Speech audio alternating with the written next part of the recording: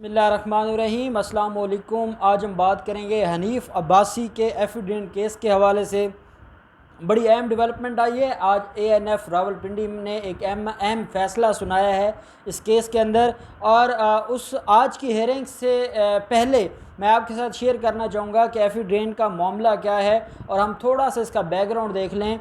2011 में, मार्च 2011 में मखदूम शहाबुद्दीन ने, जो कि मिनिस्टर थे उस वक्त पाकिस्तान पीपल्स पार्टी के, उन्होंने एक बात की थी और मखदूम शहाबुद्दीन ने नेशनल असम्बली को बताया था कि इस तरीके से एफिड्रीन का जो कोटा है, किस तरीके से उसके अंदर इन्होंने हेरा फेरी की है और अपने लोगों को नवाजा है, और जिस मकसद के लिए फार्मास्यूटिकल कंपनीज़ को एफिडेंट दी जानी थी, इन्होंने जो उसमें नाम था, जो अपेरेंटली चीज़ शो हो रही थी वो ये थी कि ये तो मेडिसिन पर्पस के लिए बना रहे हैं, लेकिन बाद में ये चीज़ सामने आई कि वो उसको जो बतौर स्मगलिंग के तौर पर उस एफिडेंट को इस्तेमाल करते रहे। दो तरह के एलिगेशंस थे हनीफ अब्बासी के ऊपर। 2012 में एक केस रजिस्टर्ड होता है हनीफ अब्बासी और उसके साथियों के ख़िलाफ़। 9C एंटी नारकोटिक्स एक्ट के तहत ये केस फाइल होता है, और इसके अंदर दो एलिगेशन थे। एक तो एलिगेशन ये था कि दो फार्मास्यूटिकल कंपनीज़ थी जिनको 9000 किलोग्राम एफिड्रेन का ठेका दिया गया है। हालांकि कानून ये था कि किसी भी एक कंपनी को 500 किलोग्राम से ज़्यादा एफिड्रेन नहीं दी जा सकती, लेकिन इन्होंने दो फार्मास्यूटिकल कंपनियों को 9000 एफिड्रेन का ठेका दिया था। और साथ दूसरा इल्ज़ाम ये था कि इनकी एक अपनी कंपनी थी हनीफ अब्बासी की, और हनीफ अब्बासी ने अपनी कंपनी को 500 किलोग्राम का जो एफिड्रीन है वो हासिल की अपनी कंपनी के नाम पर, और बाद में उसको मेडिसिन के लिए इस्तेमाल नहीं किया, बल्कि स्मगलिंग के लिए उसको बतौर मंशियात स्मगलिंग के लिए इस्तेमाल किया। और ये केस था 500 किलोग्राम एफिड्रीन का हनीफ अब्बासी के ऊपर, और हनीफ अब्बासी को मंशियात फ़रोश के नाम से जाना जाता था। और वो जो हनीफ अब्बासी है वो नवाज़ शरीफ का, मरीम नवाज़ का और इस पूरे गैंग का ख़ास आदमी था, और वो बड़ा नवाजा जाता था उसको। लेकिन क्योंकि वो ये काम करता था जहाँ वो ख़ुद खाता था, वहीं पे वो नवाज़ शरीफ और बाकी लोगों को भी खिलाता था। और जो इसमें जो मेन बात थी वो ये है कि जो एफिड्रेन केस है इसके अंदर लाइफ इम्प्रिजनमेंट हुई थी मुलज़िम हनीफ अब्बासी को, जो बाद में मुजरिम बन गया।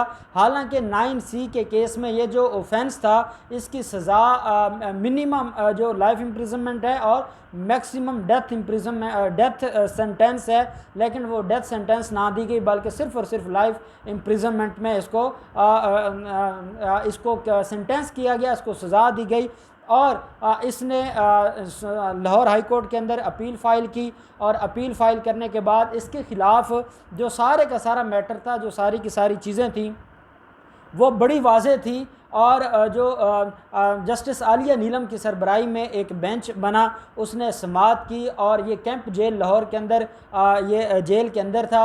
जस्टिस आलिया नीलम साहिबा ने इनको रिलीफ़ देते हुए इनकी जो सज़ा थी उसको मुअत्तल कर दिया, और जो इसकी जो लाइफ इम्प्रिजनमेंट थी अपील उसको पेंडिंग रखा, और इसको ज़मानत पर रिहा कर दिया। 1 करोड़ के श्योरिटी बॉन्ड के इवज़ इसको ज़मानत पर रिहा कर दिया गया। जब इसको 13 अप्रैल 2019 को इसको रिहा किया जाता है, इसको बहुत बड़ा रिलीफ़ मिलता है। जुलाई 2018 में इसको सज़ा मिली थी। और मैं आपको एक बात बड़ी क्लियर बताता जाऊँ कि ये वो है कि जब सज़ा हुई थी और इसने जिस तरीके से ड्रामेबाजी की थी एएनएफ के अंदर, और एएनएफ की अदालत के अंदर जो इसने तमाशा किया था, वो सारे का सारा याद है पूरी कौम को। जिस तरीके से ये भागना चाहता था, जिस तरीके से वहाँ इसको गिरफ़्तार किया गया। अब अगर किसी को जुलाई में सज़ा होती है और अप्रैल 2019 में उसको, जुलाई 2018 में सज़ा होती है और अप्रैल 2019 में उसको रिलीफ़ मिल जाता है, तो ये तो एक अनोखा केस ही था जो हमें नज़र आया था।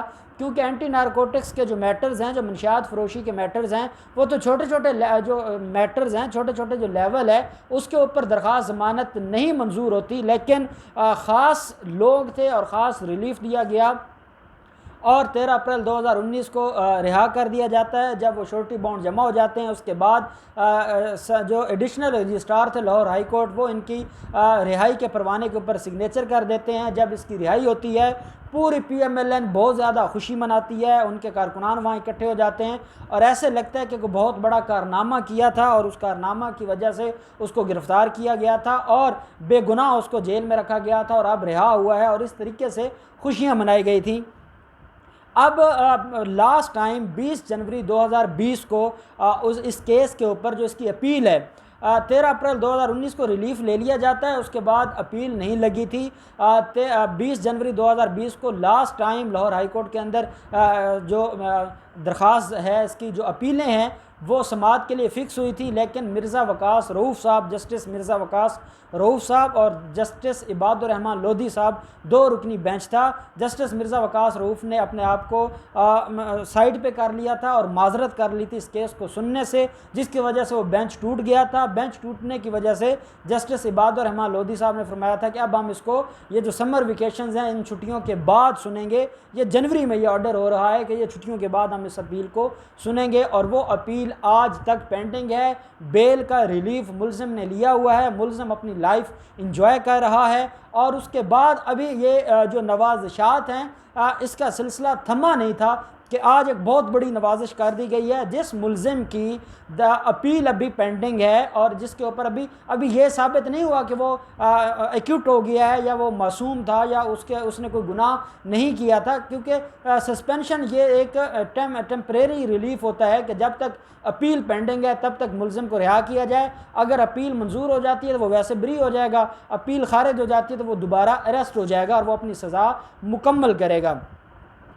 अब आज ANF अदालत के अंदर, रावलपिंडी के अंदर, ये जो मुलजिम है इसकी वाइफ की और इसके बाकी जो रिलेटिव हैं उनके असासजात मुंजमद कर दिए थे इंसदाद मंशियात अदालत ने, जो एंटी नारकोटिक्स कोर्ट थी उसने, और उसमें इसके जो 10 बैंक अकाउंट्स थे, 3 प्लाट थे, 2 गाड़ियाँ थीं और 3 कोठियाँ थीं, ये चीज़ें फ्रीज़ की गई थी, मुंजमद की गई थी और हक़ सरकार ज़ब्त की गई थी। लेकिन बदकिस्मती ये है कि वो मुलजिम जिसकी अभी तक अपीलें पेंडिंग हैं, जिसका अभी ये नहीं सामने आया कि वो गुनहगार है या बेगुनाह है, और ANF अदालत ने तो उसको गुनहगार और मुजरिम समझ के ही सज़ा दी थी। लेकिन आज एक दरख्वास्त फ़ाइल की गई थी हनीफ़ अब्बासी की तरफ से, और हनीफ़ अब्बासी ने वो दरख्वास्त में ये कहा था कि मेरी फैमिली और मेरे रिलेटिव्स के जो असासजात हैं वो जो उनको मुंजमद किए गए थे उनको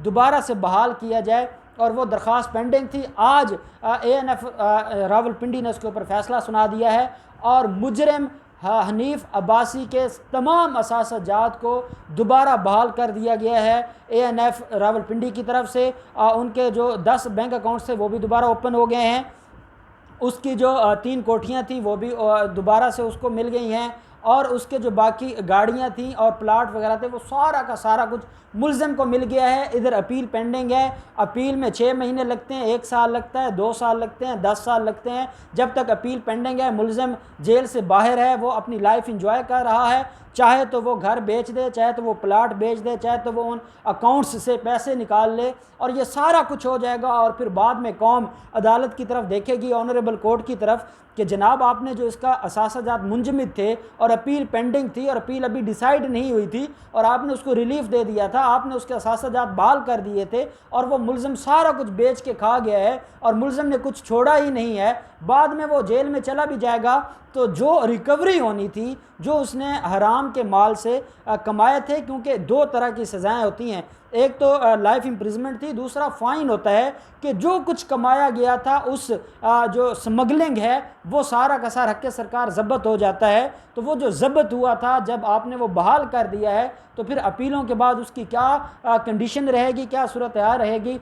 कम अज़ कम being the student of law मेरी तो समझ से बाहर है ये फ़ैसला भी और ये रिलीफ भी। लेकिन हनीफ़ अब्बासी बड़ा करीबी है और नवाज़ शरीफ और मरीम नवाज़ का ख़ास आदमी है और बड़ा वफ़ादार उनको समझा जाता है। शायद उनको उस वफ़ादारी का कहीं से हक़ दिलवाया गया है और अब देखें इसी तरीके से राना सनाउल्लाह की दरख्वास्त भी पेंडिंग है, तो फिर इसका मतलब यही हुआ कि राना सनाउल्लाह के असासाजात जो जब्त हुए थे वो भी ओपन कर दिए जाएंगे, बहाल कर दिए जाएंगे, डीफ्रीज हो जाएगी प्रॉपर्टीज़ शहबाज शरीफ की भी हो जाएगी। तो फिर ये आपको फ्रीज़ करने की क्या ज़रूरत थी? एक बंदा देखें वो शख्स मुलजिम नहीं है, वो मुजरिम है, सज़ा याफ्ता है, और सिर्फ सस्पेंड होने से ये मुराद नहीं है कि वो ख़त्म हो गई है, बल्कि उसको फॉर द टाइम बीइंग एक रिलीफ दिया गया है। और उस रिलीफ की मैं समझता हूँ बेल से बड़ा रिलीफ आज ANF अदालत ने दे दिया है, जिसको उसके सारे असासाजात डिफ्रीज़ करने का हुक्म दे दिया है। अब वो चाहे जैसे उनको इस्तेमाल करे, चाहे वो उनको बेच दे, जो भी करे, कोई उसको पूछने वाला नहीं है। पहले वो सरकार की मलकियत में चले गए थे, अब दोबारा उसकी मलकियत में आ गए हैं, और इस तरीके से मुलज़म ने अदालतों के सिस्टम के साथ खेल कर और अदालतों से रिलीफ लेके पूरी कौम के लिए एक लम्हा फ़िक्रिया है, और पूरी कौम को इस परेशानी में मुब्तला कर दिया है कि हमारा निज़ाम क्या है। और दिन ब दिन जो हमारी जुडिशल सिस्टम के हवाले से हमने कंपेन चलाई हुई है कि रिफॉर्म्स की ज़रूरत है। इमरान ख़ान से हम गुजारिश करते रहे हैं कि ये अदालतों ने रिफॉर्म नहीं करनी, ये पार्लियामेंट ने रिफॉर्म्स करनी है। अदालतों को तो मौका चाहिए। उनको मैं आपको एक बात बताऊं कि हमारी जो लोअर कोर्ट्स हैं, जब उनसे कहा जाता है कि ये ना करें, वो कहते हैं जी मजबूर हैं, कानून में लिखा है। हालांकि कानून में उनके पास बड़ी गुंजाइश है, वो कर सकते हैं, लेकिन वो उस लेक्यूने का फ़ायदा दे देते हैं। और मैं ये समझता हूँ कि हमें बजाय इसके कि हम अदालतों के ऊपर इत्माद करके बैठ जाएं, हमें पार्लियामेंट जिसका असल काम है रिफॉर्म्स करना, कानून बनाना, पार्लियामेंट से हम दोबारा गुजारिश करेंगे कि मेजर रिफॉर्म्स की ज़रूरत है जुडिशल सिस्टम के अंदर। हमारा जुडिशल निज़ाम हमारी 1898 की है, हमारी किताबें हैं, 1872 की हमारी किताबें हैं, 1860 की पाकिस्तान पिनल कोड है, 1908 की किताबें हैं। तो जो प्रोसीजर है हमारे पास वो 100, 120, 130 साल, 150 साल पुराना है, और उसमें कोई माइनर सी अमेंडमेंट्स हुई हैं, और आज तक हम उसको सीने से लगा कर बैठे हैं। खुदा के लिए इस कानून के अंदर तरमीम करें, इस निज़ाम के अंदर तरमीम करें, नहीं तो ये निज़ाम कभी किसी ज़ालिम को, इस निज़ाम के अंदर सख्त ही नहीं है कि किसी ज़ालिम को सज़ा दे सके। और ज़ालिमों के पास इतने ज़्यादा तरीक़ेकार हैं, वो कानून को से ऐसा खेलते हैं कि कानून उनको रिलीफ़ देने पर मजबूर हो जाता है, और वो रिलीफ़ लेकर फिर कौम के सामने आकर और पार्लियामेंट में खड़े होकर अपनी मासूमियत के किस्से सुनाते हैं, और दोबारा उम्मीद करते हैं कि लोग उनको वोट देंगे और वो दोबारा इलेक्ट कराएंगे और वो हमारे ऊपर हुक्मरानी करेंगे। अल्लाह पाक पाकिस्तान का हामी नासिर हो। अल्लाह पाक हमारे इस निज़ाम में इस्लाह करने के लिए हमारे पार्लियामेंट को तौफीक दे। बहुत शुक्रिया। अल्लाह हाफ़िज़। पाकिस्तान जिंदाबाद।